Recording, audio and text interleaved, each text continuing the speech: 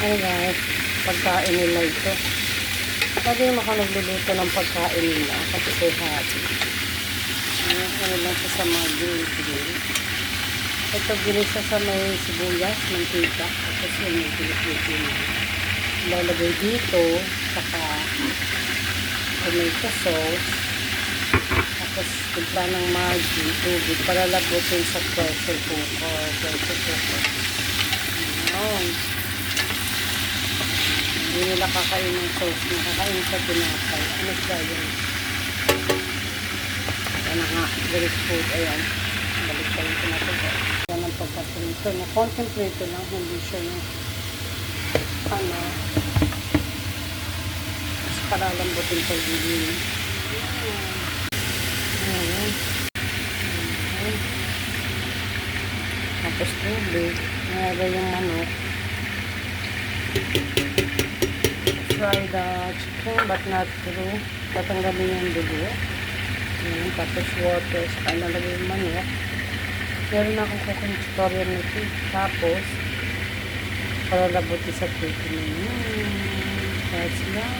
Mga 3 cups of water. Basta lubog yung manok. Saka itong lubog. Nadagdagan ko pa mamaya.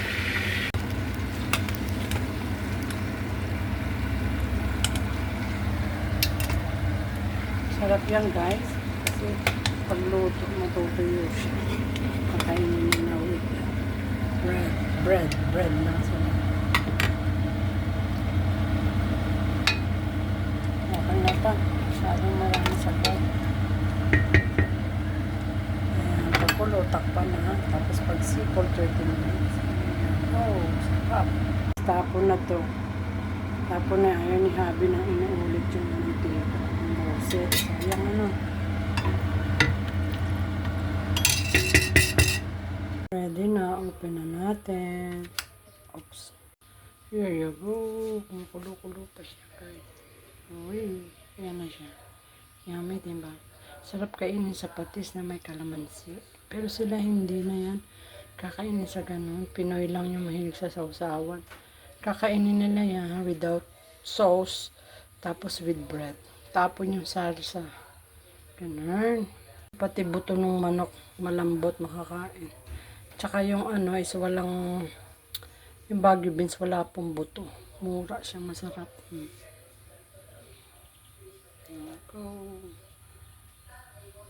Ayan na, string beans recipes ng Greek recipes. Ay, pusa. Kain na daw siya, guys.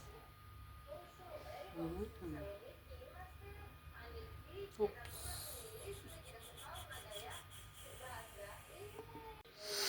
Let's taste test, guys. Ayan.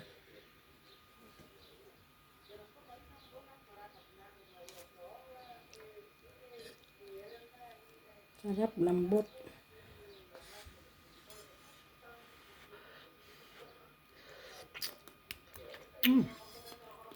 So yummy, guys. This tomato sauce, yeah. Pati yung buto ng manok, sobrang lambot.